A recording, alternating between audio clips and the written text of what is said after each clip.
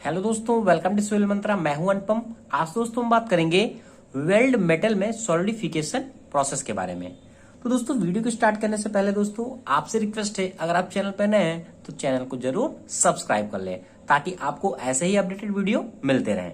तो आज दोस्तों इस वीडियो में हम बात करेंगे सॉलिडिफिकेशन प्रोसेस के बारे में कि हमारा जो वेल्ड मेटल है उसमें सॉलिडिफिकेशन प्रोसेस किस तरीके से होता है, क्या होता है, उसके बारे में बात करने के बाद हम बात करेंगे सेकंड कि इसको हम कैलकुलेट कैसे करेंगे। जो हमारा सॉलिडिफिकेशन हो रहा है उसका सॉलिडिफिकेशन रेट क्या है वो भी हम क्या करेंगे, कैलकुलेट करेंगे। तो पहले हम जान लेते हैं फर्स्टली कि हमारा जो सॉलिडिफिकेशन है ये होता क्या है। जो हमारा सॉलिडिफिकेशन प्रोसेस है वो होता क्या है। तो आपको दोस्तों पता है कि हमारा कोई भी मेटल है, हम क्या करते हैं, मेटल वेल्डिंग में दो मेटल को क्या करते हैं, आपस में जोड़ते हैं। सपोज दैट एक मेटल हमारा ये है और दूसरा मेटल हमारा क्या है, ये है। अब जब इस मेटल को जोड़ते हैं, अब ये सेम हो सकते हैं, डिफरेंट हो सकते हैं, वो बात की बात है।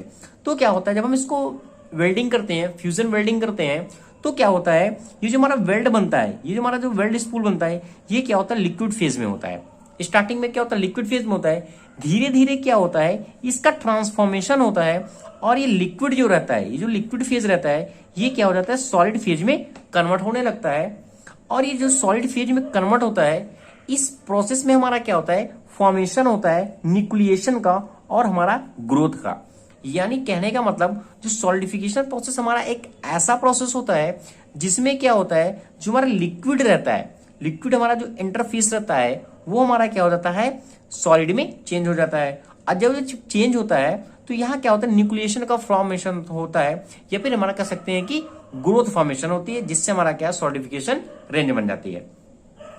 अगर हम बात करें कि हमारा जो न्यूक्लिएशन है ये होता क्या है, अगर हम न्यूक्लिएशन की बात करें फर्स्ट में कि जो हमारा जो न्यूक्लिएशन रेट जो फॉर्मेशन होती है वो क्या होती है, तो आपको पता है अगर हमारा ये लिक्विड है, ये हमारा क्या सॉलिड है।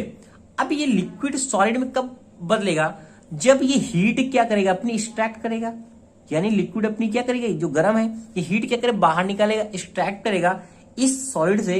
तब क्या होगा, यहाँ का जो इंटरफेस है, ये जो इंटरफेस दिख रहा है दोनों के बीच का, सॉलिड के और लिक्विड का जो इंटरफेस दिख रहा है, यहाँ क्या होगा, फॉर्मेशन होता है। यही हमारा कहलाता है न्यूक्लिएशन। न्यूक्लिएशन ग्रोथ यानी स्टार्टिंग का पॉइंट। ओके, तो फर्स्टली हमारा क्या होता है इसमें, ग्रेथ रेट फॉर्मेशन। हमारा क्या होता है, ग्रोथ रेट हमारी क्या होती है, फॉर्मेशन होती है। यानी न्यूक्लिएशन क्या होता है, हमारा स्टार्ट होने लगता है। ठीक है, अब सेकेंड कंडीशन क्या आती है, अब देखो इसमें जो मेटल है, अब इसमें मेटल क्या है, सैल्यूट होंगे, सॉल्वेंट होंगे। अगर हमारा सैल्यूट क्या होता है, जो हमारा मेन मेटल होता है, ठीक है, जिससे हमारा कोई हमारा मेटल है, कोई भी हमारा मेटल बना हुआ है, उसमें एलॉयज होंगे, बहुत सारे एलॉयज होंगे, कई सारे मटेरियल का बना होगा। अगर हम बात करें इसकी, जैसे हमारा आयरन है, क्या है, आयरन है। अब आयरन में हमारा क्या है, मैग्नीज हो सकता है, ठीक है। इसी तरीके से कई सारे मेटल हो सकते हैं। तो हमारा जो आयरन है वो हमारा क्या है, एक तरीके से हमारा वो सैल्यूट पार्टिकल है। ठीक है,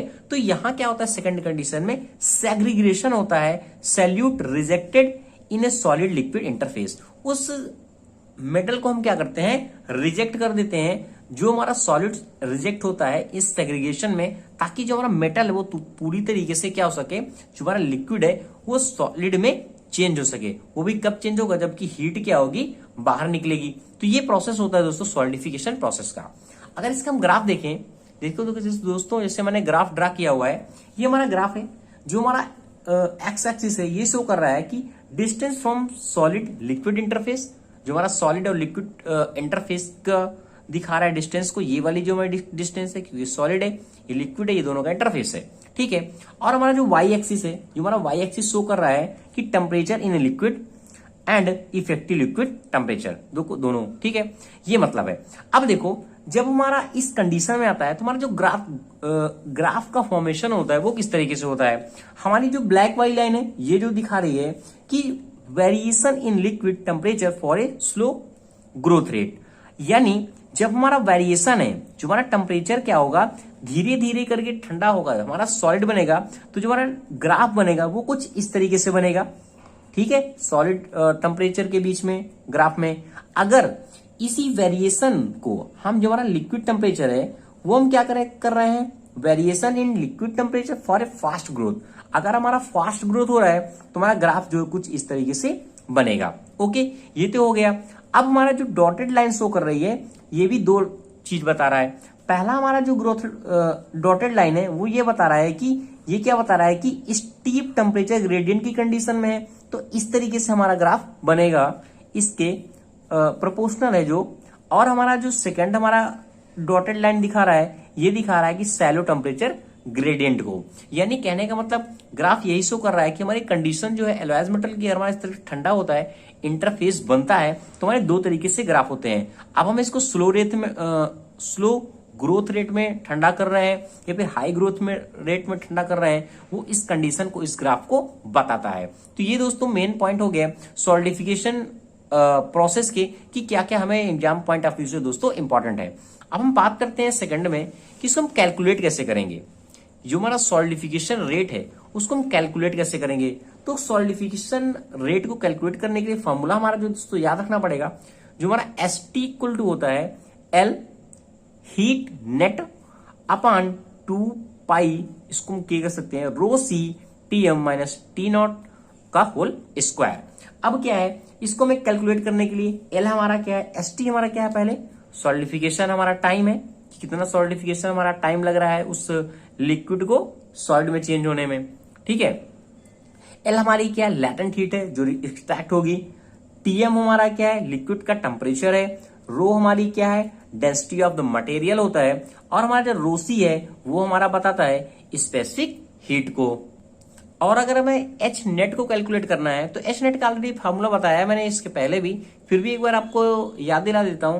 तो हमारा फार्मूला क्या होता है H नेट को कैलकुलेट करने के लिए EI upon V into F, जहां हमारा E क्या है, आर्क वोल्टेज है, और हमारा I क्या है, वो करंट को शो कर रहा है, V हमारा क्या स्पीड है, और F हमारी क्या होती है, हीट ट्रांसफर इफिशियंसी होती है।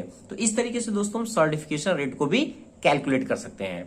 तो thank you watching this video दोस्तों। अगर आपको वीडियो अच्छा लग रहा है तो प्लीज चैनल में दोस्तों कमेंट, शेयर और लाइक जरूर करें।